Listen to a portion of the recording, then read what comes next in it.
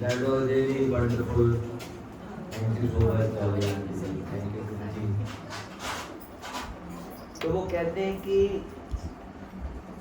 गुरुजी की ग्रेस के बिना कुछ नहीं होता। और पहली ग्रेस है गुरुजी की कि हमें ये मनुष्य जीवन मिला। और दूसरी ग्रेस ये है जो गुरुजी ने हमने अपनी राह पे चलाया। और उस वजह से हम लोग सारी संगत एक साथ हैं। सभी को चुना है गुरुजी ने और अपने मार्गदर्शन कर रहे हैं। और जैसे डॉली आंटी जी ने बोला था कि यहाँ आके सबके बीच में जो एनर्जी महसूस हो रही है, जो डिविनिटी महसूस हो रही है गुरुजी के चरणों में, वो शब्दों में बयान नहीं हो सकता। वो यहाँ आके मौजूद होके हम सबकी एक साथ मौजूदगी के बीच में ही वो महसूस की जा सकती है, बयान नहीं की जा सकती। तो हम गुरुजी से जुड़े थे 2005 में। मतलब जुड़े तो खैर अभी ज़्यादा रिसेंटली हुए 2000 और एक्सेप्टेंस आ गई। जो हो रहा है स्वीकार हो गया। तो इससे ज़्यादा बड़ी ब्लेसिंग कोई नहीं है। जय गुरु जी।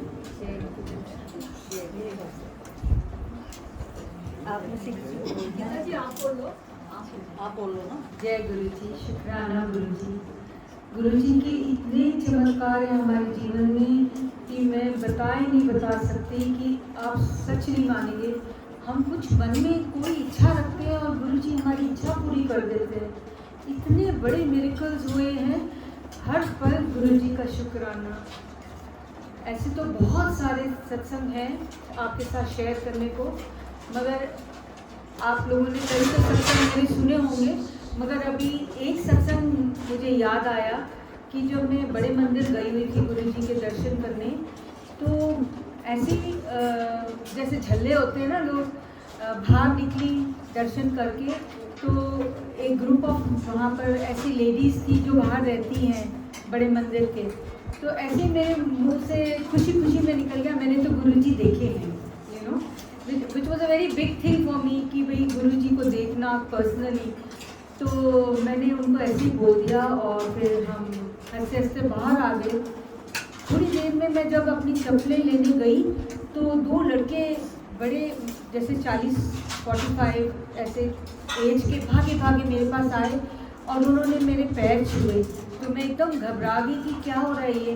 तो मेरे को बोलते हैं कि आपने तो गुरुजी देखे हैं ना, आप गुरुजी को अरदास करो, मेरे पापा बहुत बीमार हैं, तो मतलब उनके पास अब समय नहीं रह गया, आप अरदास करो, आप ब्लेसिंग दो तो शायद वो ठीक हो जाए। तो मैं थोड़ी सी टेकन अ बैक हो गई कि मैं तो कुछ भी नहीं हूँ, मैं तो एक इंसान हूँ, मैं क्या बोलूँ। उतने में 5-6 लेडीज़ भागी भागी आई मेरे पास, क्योंकि ऐसे कभी मंदिर में देखा नहीं है। हम जाते हैं, दर्शन करते हैं, आ जाते हैं। 5-6 लेडीज़ आई और वो मेरे आसपास झुंड बना के कि गुरु जी के बारे में पूछने लगी और बातें करने लगी। फिर आप सच नहीं मानेंगे, लोग तो कहते हैं हमने गुरु जी को किसी रूप में देखा हुआ है, गुरु जी आते हैं। अब मुझे ये मालूम नहीं, मगर दूर से एक बूढ़ी सी लेडी आई मेरे पास और उसने मुझे एक रोज़ दिया। तो मैंने वो रोज़ ले लिया, ऐसे सोचा कि उसने मेरे को खुशी में दिया। आप सच नहीं मानेंगे, मैं वो रोज़ घर लेके आई, मैंने उसके छोटे से डोंगे में थोड़ा सा पानी डाल के रख दिया। वो रोज़ मुरझाई ना 2 हफ्ते हो गए, ऐसे लगता था जैसे अभी बूटे में से तोड़ा है। बाद में मेरे मन में पता नहीं क्यों ऐसे ख्याल आया कि वो गुरुजी आए थे, उन्होंने मुझे मंदिर में रोज़ दिया। आज तक मुझे वो सारा वक्त मेरे दिमाग में रहता है कि वो गुरुजी ही थे। कहते हैं ना गुरुजी किसी भी रूप में आते हैं।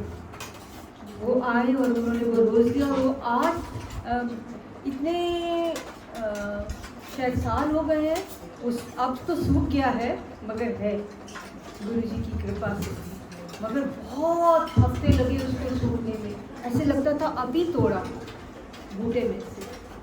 और अभी हम घर शिफ्ट कर रहे हैं आप सच नहीं मानेंगे, हमारी लाइफ में इतने चैलेंजेस आ रहे हैं इस उम्र में। फिर से सारा घर वाइंड अप करना, नई जगह जाना, नई जगह को पूरा करवाना इज़ नॉट अ जोक। इतने चैलेंजेस आए, तो पता नहीं क्या एक एक करके गुरुजी का ऐसा मिरेकल होता जा रहा है कि जब हम घबरा जाते हैं तो कोई ना कोई किसी रूप में आ जाता है और हमारी हेल्प कर देता है। पता नहीं क्या हो जाता है। जय गुरु, शुक्राना। हम लोग वेव में जा रहे हैं, करना चाहेगा?